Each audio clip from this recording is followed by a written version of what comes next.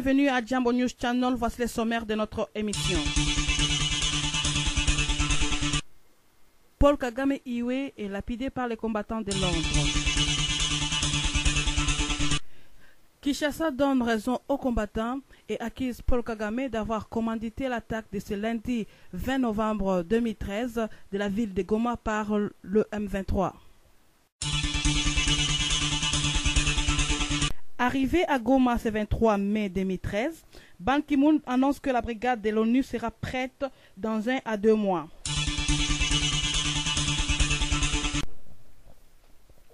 Mesdames, Mesdemoiselles et Messieurs, bonjour. Merci d'avoir choisi la chaîne Jambo News Channel pour vous informer. Le secrétaire général de l'ONU, Ban Ki-moon, a annoncé jeudi à Goma, ville stratégique de l'Est de la République démocratique du Congo, que la brigade d'intervention de l'ONU sera prête d'ici 1 à 2 mois pour combattre les groupes armés de l'Est congolais. Lundi, et après plusieurs mois de trêve, les combats ont repris entre l'armée et la rébellion, mouvement du M23, dans la zone de Mutao, à une dizaine de kilomètres de Goma, capitale de la province riche et instable du Nord Kivu. Les tirs d'armes lourdes ont atteint la localité de Muguga, faisant fuir environ 30 000 déplacés. Mercredi, Ban Ki-moon s'était dit préoccupé par la reprise des combats et a invité toutes les parties à régler leurs différends de façon pacifique. Le temps est venu pour la paix et le développement pour le peuple de la République démocratique du Congo et ceux de la région, avait-il souligné. Jeudi matin, un calme relatif régnait au bord de Goma, l'armée et l'M23 ayant tacitement décidé d'une trêve pour la visite de Ban Ki-moon, qui, en début d'après-midi, a quitté Goma pour Kigali. Comme nous vous le disons au sommaire de notre journal, Paul Kagame a été lapidé par les combattants de Londres. Et Kinshasa donne raison aux combattants et accuse Kagame par ses gestes d'avoir commandité l'attaque de Goma ce lundi 20 mai par le M23. Nous vous laissons suivre l'élément de Kinshasa. Suivons ensemble et bonne journée à tous. Voilà, je l'ai annoncé au sommaire de ce grand journal. On va aborder l'unique thématique de ce soir, l'unique dossier du jour. Crise dans l'Est de la République démocratique du Congo. Les masques sont-ils enfin tombés? Vous avez suivi ce qui s'est passé d'abord à Londres. Les compatriotes de la diaspora, précisément ceux qui sont à Londres et ceux de la France qui sont allés les rejoindre, n'étaient pas d'accord avec la visite du président rwandais Paul Kagame, qui a effectué une visite à l'occasion d'une journée dénommée Rwanda Day, une journée organisée comme ça en Grande-Bretagne, précisément à Londres, chaque année. Et puis, il n'était pas content de voir, c'est lui qu'il considère comme le commanditaire, mieux l'agresseur du Congo, et c'est lui qui organise les pillages des ressources de la République démocratique du Congo, les viols des femmes, des filles, et aussi qui veut à tout prix que le Kivu soit cédé à ce petit pays juste à côté du Congo démocratique. On va suivre d'abord ce qu'a été justement cette manifestation à travers cet élément. Les Congolais de la diaspora digèrent très mal que le dirigeant rwandais soit toujours le bienvenu dans certains pays dont la Grande-Bretagne, alors que son régime est pointé du doigt par les différents rapports des experts de l'ONU pour son rôle dans la déstabilisation de son voisin, le pillage de ses richesses et les viols des femmes et filles. Des œufs, des bouteilles d'eau et autres projectiles ont été jetés sur le cortège de Paul Kagame. Mais curieusement, le dispositif sécuritaire n'a pas été impressionnant alors qu'il s'agissait tout de même d'un chef d'État en séjour dans un pays très proche de son régime. En réaction, le président Kagame, cette fois-ci, devant les ressortissants rwandais à Londres, n'a pas été tendre avec la diaspora congolaise. À travers ces images amateurs interprétées par une tierce personne, il a contre-attaqué par un discours injurieux à l'endroit des Congolais. Fellows are starving. If you were to ask them, munajya kubabaza uti mwaje hano muti cyangwa uti ukora he. Ce n'est pas tout. Le dirigeant rwandais a fait une démonstration surprenante dans la salle. Difficile de l'interpréter pour l'instant, mais tout ce que l'on sait est que ce gestuel a coïncidé avec l'attaque des positions des forces armées de la République démocratique du Congo les week-ends par l'armée rwandaise à travers les soi-disant M23 dans le Nord Kivu. Kitoko, vous êtes politologue, vous êtes également président d'une union des Africains en France, et puis vous êtes pratiquement celui qui répond à beaucoup d'appels ici sur Télé 50 pour analyser l'actualité dans votre pays, attaché à votre pays. Je reçois également ce soir Trésor Katsia, président du RACOJ. C'est comme ça? Oui. Trésor Kassia, je suis coordonnateur national du RACOJ, mais également secrétaire général de la coalition de la jeunesse congolaise. Beaucoup de fonctions là.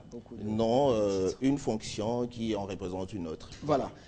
Michel Kitoko, vous avez vu les images. Qu'est-ce que ça vous inspire et qu'est-ce que ça vous dit concrètement? Ça m'inspire que Paul Kagame, au-delà de tout ce qu'il est en train de poser comme acte, qui ne sera pas compté d'ailleurs, il a semé la frustration tant au niveau de l'Afrique centrale, mais au niveau aussi international. Ça, c'est une preuve, parce que quand vous voyez les Congolais se soulever comme ça contre Paul Kagame et son arrivée en Angleterre, ça prouve réellement qu'il a créé des frustrations. Ce n'est pas la première fois à Madrid, autrefois, toujours, je crois cette année, à Madrid, c'était le cas.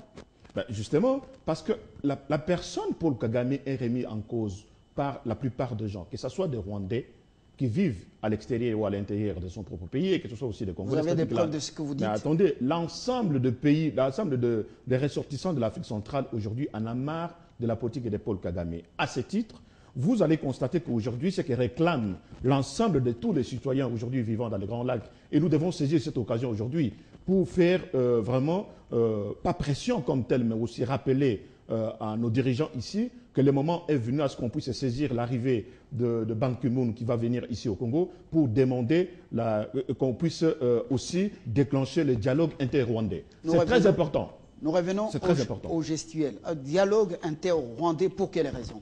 Pour quelles raisons? Parce que ça fait un moment qu'on a toujours demandé à l'RDC de s'organiser, alors que les frustrations, les problèmes, les saletés qui nous sont jetés par le Rwanda, c'est en tout moment, que depuis que Kagame est là, c'est en tout moment qu'on rejette des saletés en RDC.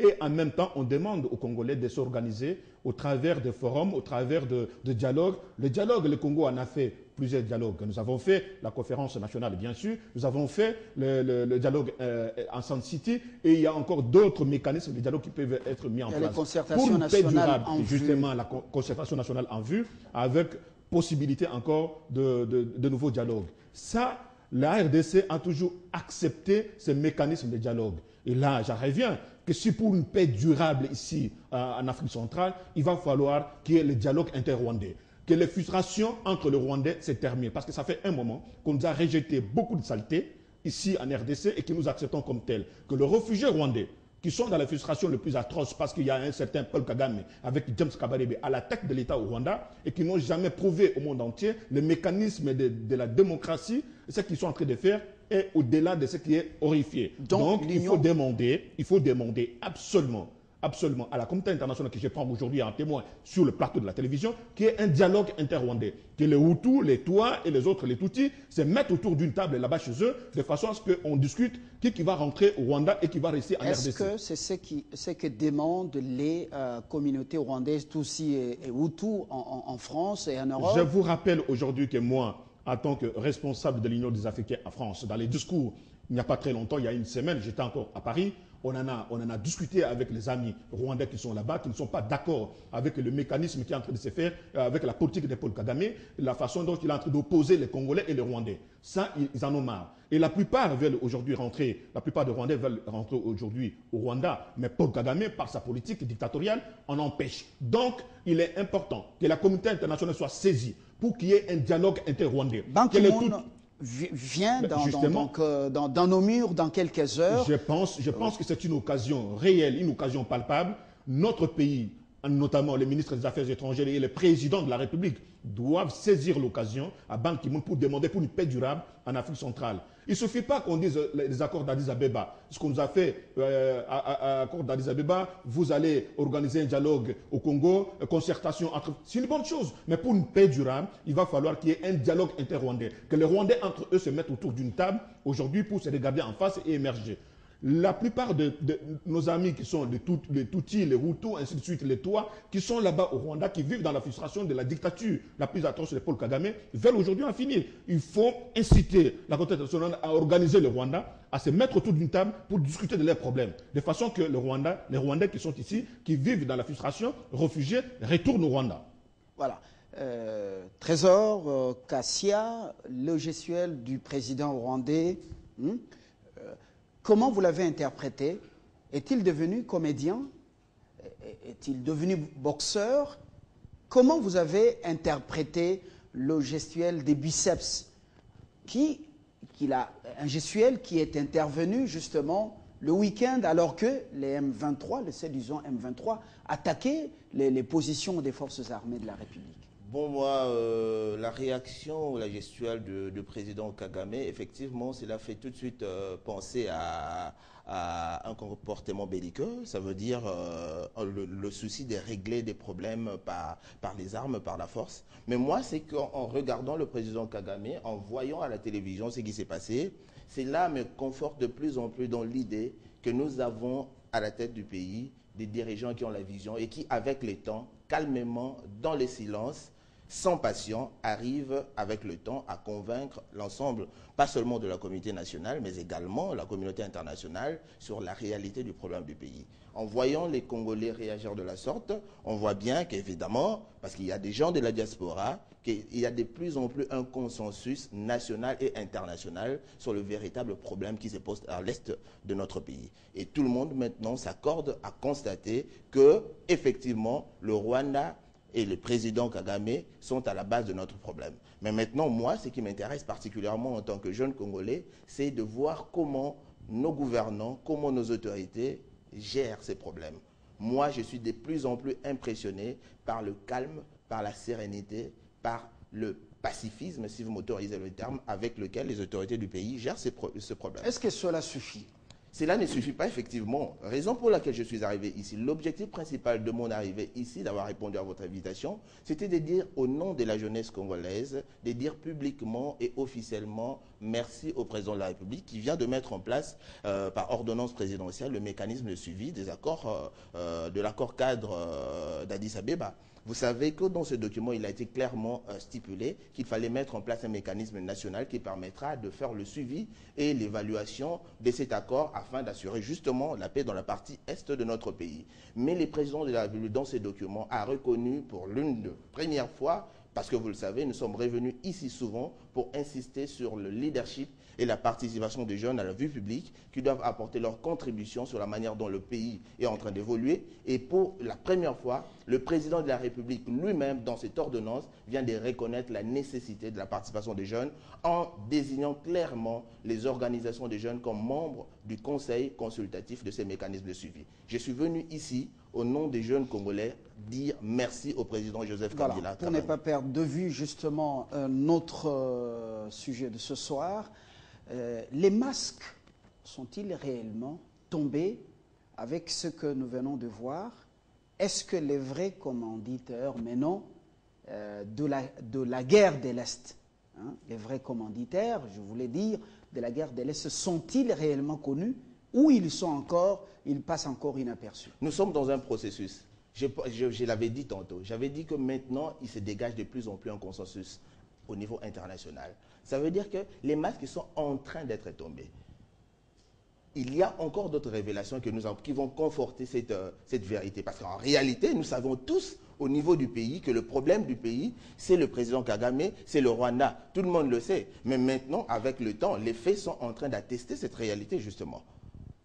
Le Rwanda, vous pensez que Kagame soit un Hitler en Afrique? D'où tire-t-il sa force?